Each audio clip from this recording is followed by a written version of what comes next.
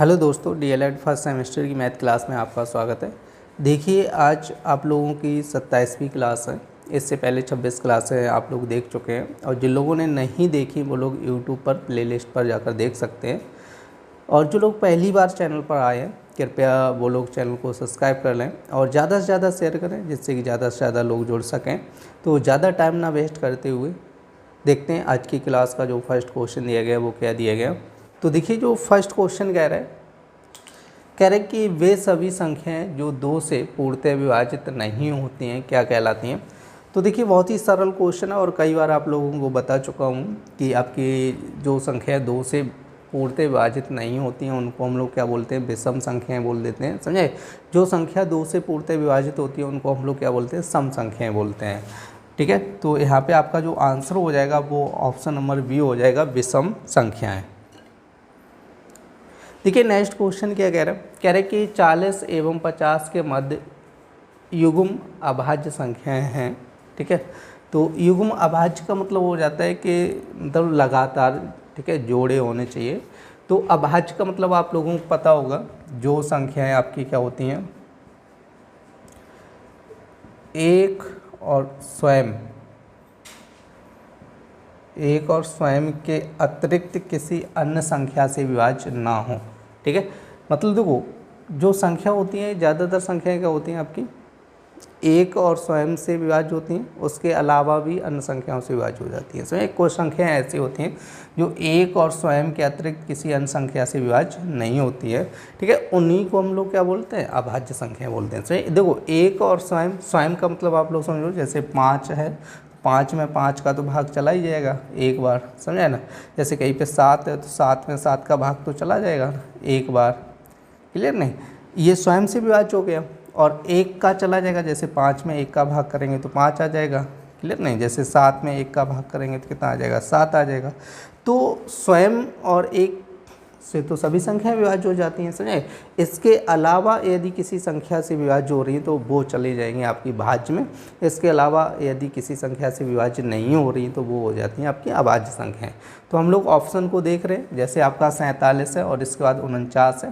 देखो, 49 में 7 का भाग चला जाएगा। देखो, 1 का तो जाई गई, 49 में 49 का भी चला जाएगा, 7 का भी चला जाएगा। ठीक है, तो ये आपकी क्या हो जाएगी, भाज्य संख्या हो जाएगी। इसको क्या बोला जाएगा, भाज्य। वैसे ही ऑप्शन नंबर बी में देखो, ये 49 लिखा है, ये भी भाज्य संख्या है। इसमें भी देखो 49 लिखा है, ये भी भाज्य है। तो आपके ए बी सी तीनों ऑप्शन में आपका 49 दिए गए, ये तीनों क्या है, भाज्य हो गए, समझे। अब इसको देखेंगे ऑप्शन नंबर डी, यही हमारा क्या है, आंसर है 41 और 43। देखो, 41 में भी किसी भी संख्या का भाग नहीं जाएगा और 43 में भी किसी भी संख्या का भाग नहीं जाएगा, तो हमारा आंसर हो जाएगा 41 और 43। देखिए, नेक्स्ट क्वेश्चन क्या कह रहे हैं कि एक ही संख्या को बार बार जोड़ने की क्रिया क्या कहलाती है। तो हम लोग यहाँ पे देखते हैं, एक संख्या लिखते हैं 12। ठीक है, इसको हम लोग जोड़ते हैं 5 बार। ठीक है, 5 बार जोड़ते हैं तो ऐड करो 2 2 4 2 6 2 8 2 10, 10 की 0 1। ठीक है, अब 1 2 3 4 5 6 60 आया। देखो, यहाँ पे जब 12 को, ठीक है, 5 बार जोड़ा तो कितना आया, 60 आया। यदि इसको हम लोग क्या करें, 12 गुणे 5 कर ले तो भी कितना आ रहा है, 60 आ रहा है, समझे। क्योंकि हमने 12 को कितनी बार जोड़ा, 5 बार जोड़ा ना। तो इसका मतलब ये हो कि अगर 12 में डायरेक्ट 5 का गुणा कर ली जाए तो भी तो 60 आएगा, समझे। क्योंकि कह रहे कि एक ही संख्या को बार बार जोड़ा जाए। कहने का तरीका समझो, एक ही संख्या को बार बार क्या कर रहा है, जोड़ने की बात कर रहा है। तो जैसे हमने 12 को 5 बार जोड़ा तो उसका मतलब ये हुआ कि जब 12 को 5 बार जोड़ोगे तो इससे बढ़िया 12 में डायरेक्ट 5 का मल्टीप्लाई कर दो, से आंसर तो उतना ही आएगा, 60 आया। तो यहाँ पर आप लोग समझ लीजिएगा, जब एक ही संख्या को बार बार जोड़ा जाता है तो वह क्रिया कहलाती है, क्या कहलाती है, गुणा करना। क्या कहलाती है, गुणा करना। सेम देखो, एक ही संख्या को बार बार जोड़ेंगे तो इससे बढ़िया जितनी बार आप जोड़ रहे हो उतने का गुणा कर दो। आपका आंसर हो जाएगा ऑप्शन नंबर बी। देखिए, नेक्स्ट क्वेश्चन क्या कह रहा है कि पूर्ण संख्याओं का गुणनफल सदैव होता है। पहले तो आपको पूर्ण संख्याएं समझनी है।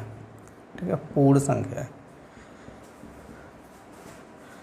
देखो, पूर्ण संख्याएं मतलब होता है कि आपका जैसे कोई भी संख्या हो, जैसे माइनस का 2 लिखा है, -1 लिखा है, 0 लिखा है, 1 2 3, ठीक है, और इधर इनफाइनाइट और इधर भी किधर जाएगा माइनस इनफाइनाइट, ठीक है, यहाँ तक जा रही है। तो ये सभी की सभी संख्याएं क्या कहलाती हैं, पूर्ण संख्याएं कहलाती हैं, ध्यान रखना। देखो पूर्ण संख्या का मतलब पॉइंट में वैल्यू नहीं होनी चाहिए, जैसे कहीं पे 5/2 नहीं लिखा होना चाहिए, क्योंकि 5/2 तो मतलब ये 5 पूरा नहीं है, आधा हो गया, समझे। कहीं पे जैसे आपका 7/3 नहीं लिखा होना चाहिए, ये पूर्ण संख्याएं नहीं है, से इनको क्या बोला जाएगा, भिन्न संख्याएं। इनको हम लोग क्या बोलते हैं, भिन्न। क्लियर नहीं, इनको छोड़ के जैसे आपका कहीं 2 लिखा है, 3 लिखा है, 4 लिखा है, 5 लिखा है, 6 लिखा है, 7 लिखा है, ये सब के सब क्या होंगे, पूर्ण संख्या होंगी। तो हमसे कह रहे हैं कि पूर्ण संख्याओं का गुणनफल सदैव होता है। जैसे कहीं पे 2 पूर्ण संख्याएं लिखी होंगी, जैसे मान लो एक पूर्ण संख्या 5 लिखी है और यहाँ पे दूसरी पूर्ण संख्या कितनी लिखी है, 12 लिखी है, तो 12 × 5 करेंगे कितना आएगा, 60 आएगा। अब ये बताओ 60 जो आया वो क्या है, बताओ पूर्ण संख्या है, कोई पॉइंट तो लगा नहीं, कोई बटे में संख्या नहीं आई।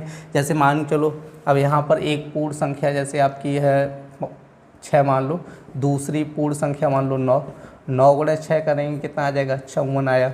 सही, जो 54 आया, 54 आया, ये क्या है बताओ भाई, ये भी तो पूर्ण संख्या बनी, इसमें भी तो कोई पॉइंट नहीं लगा ना, बटे में कुछ आया, समझे। पूर्ण का मतलब यही होता है कि बटे में कोई संख्या नहीं होनी चाहिए, समझाया। तो जब हम 2 पूर्ण संख्याओं का गुणनफल करते हैं तो हमेशा हमें क्या मिलता है, पूर्ण संख्या मिलती है, सही। परमेय नहीं मिलता है, परमेय अलग चीज़ होता है। हमने बताया था कि परमेय का मतलब होता है जिनको हम P/Q के रूप में प्रदर्शित कर सकते हैं, और जिनको हम P/Q के रूप में प्रदर्शित नहीं कर सकते हैं उनको अपरमेय बोला जाता है। और भिन्न का मतलब जैसे कहीं 5/2, 7/3, 4/3 ऐसे लिखा हो तो उसको क्या बोला जाता है, भिन्न बोला जाता है, समझे।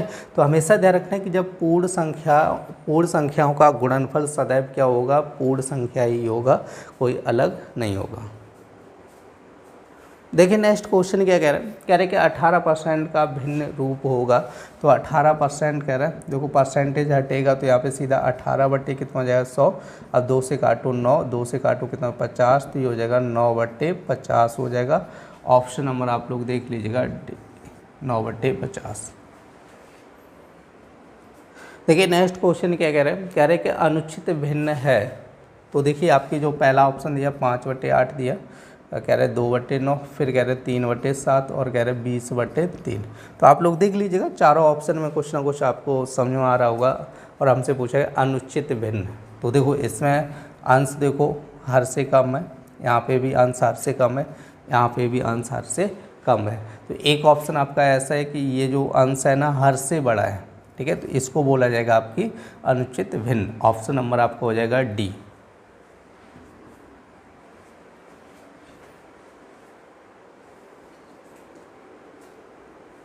देखिए नेक्स्ट क्वेश्चन क्या कह रहे हैं, कह रहे हैं कि कौन सा भिन्न सबसे बड़ा है।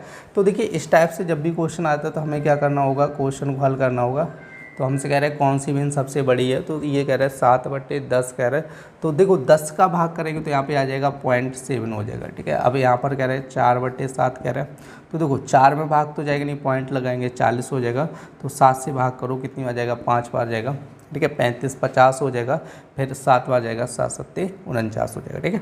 अब इसी तरह 8/11, ठीक है, इसमें करो भाग तो जाएगा नहीं, 0.80 हो जाएगा। तो ठीक है 11 का भाग करो 80 में तो 7 बार जाएगा 77, फिर कितना बचेगा 3, 30 हो जाएगा, तो 2 बार जाएगा। तो देखिए अब यहाँ पे करना 5/8, तो यहाँ पर देखो भाग तो जाएगा नहीं, पॉइंट लगाएंगे, 0 बढ़ाएंगे। अब 50/8 हो गया तो 8 का भाग करो तो ये 6 बार जाएगा, कितनी बार जाएगा, 6 बार, 8 6 48, कितना बचेगा, 2 बचेगा, 20 हो जाएगा। तो 20 में 8 दूनी 16, ठीक है।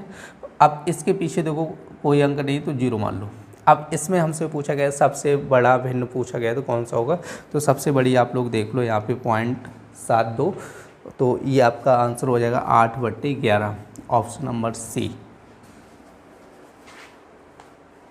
देखिए नेक्स्ट क्वेश्चन क्या कह रहा है, कह रहे कि 2880 भाग कह रहा है 48/6 को सरल करने पर प्राप्त होगा। तो देखो 2880 भाग लगे, फिर कोष्टक 48 भाग कितना हो जाएगा 6, तो देखो सबसे पहले आप लोगों को बताया था कि यदि कहीं पे समीकरण आ जाए और उसमें कोष्टक लगा तो सबसे पहले हम लोग क्या करेंगे, कोष्टक को हल करेंगे। अब कोष्टक में क्या है कि दोनों बीच में भाग है, तो ये हो जाएगा 2880 भाग, तो इसको पहले हल करेंगे 48/6। तो 6 से भाग करेंगे कितनी बार जाएगा, 8 बार जाएगा, तो ये हो जाएगा 2880 भाग कितना हो जाएगा 8। क्लियर कि नहीं। अब हम लोग क्या करेंगे, तो अब इन दोनों के बीच में भाग है तो लिख दो 2880/8 कर दो। तो 8 से जब भाग करेंगे तो यहाँ पे कितनी बार जाएगा, तो 3 बार जाएगा, 8 तिया 24 हो जाएगा, 4 48 हो जाएगा, 8 छंग 48, 1 0 360 हो जाएगा। कितना हो जाएगा, 360 हो जाएगा। तो ऑप्शन नंबर आप लोग देख लीजिएगा, वी ऑप्शन हो जाएगा 360। देखिए नेक्स्ट क्वेश्चन क्या कह रहा है, कह रहा है कि एक गोले का आयतन कह रहा है कि 36 पाई घन सेंटीमीटर है, तो कह रहे उसकी त्रिज्या क्या होगी। तो देखो गोले का आयतन का फॉर्मूला आप लोग लिख लीजिएगा, क्योंकि अभी तक आप लोगों ने ये पढ़ा नहीं। गोले का आयतन इक्वल टू होता है 4/3 पाई आर क्यू। ठीक है, गोले का आयतन क्या होता है कि 4/3 पाई आर क्यू होता है। तो आयतन तो दिया ना 36 पाई, तो यहाँ पे रख दो आपका 36 पाई इक्वल टू कितना हो जाएगा, 4/3 पाई आर क्यू। तो देखो पाई से पाई कैंसिल हो जाएगा, तो यहाँ पर 3 ऊपर आएगा, 4 बटे में आएगा, तो आर क्यू इक्वल टू कितना हो जाएगा 36 × 3/4, तो 4 निम 36, तो आर क्यू इक्वल टू कितना हो जाएगा 9 तिया 27, समझे। तो आर क्यू, अब ये 3 का क्यू है तो कैंसिल हो गया, तो आर बराबर कितना हो जाएगा 3 सेंटीमीटर। ऑप्शन आप लोग देख लीजिएगा, ऑप्शन नंबर हो जाएगा ए 3 सेंटीमीटर। ये थी डीएलएड फर्स्ट सेमेस्टर की मैथ क्लास। उम्मीद करते हैं आप लोगों को पसंद आई होगी। यदि पसंद आई हो तो कृपया लाइक करें और ज़्यादा से ज़्यादा शेयर करें, जिससे कि ज़्यादा से ज़्यादा लोग जुड़ सकें। फिर मिलते हैं ऐसी नेक्स्ट क्लास में, तब तक के लिए धन्यवाद।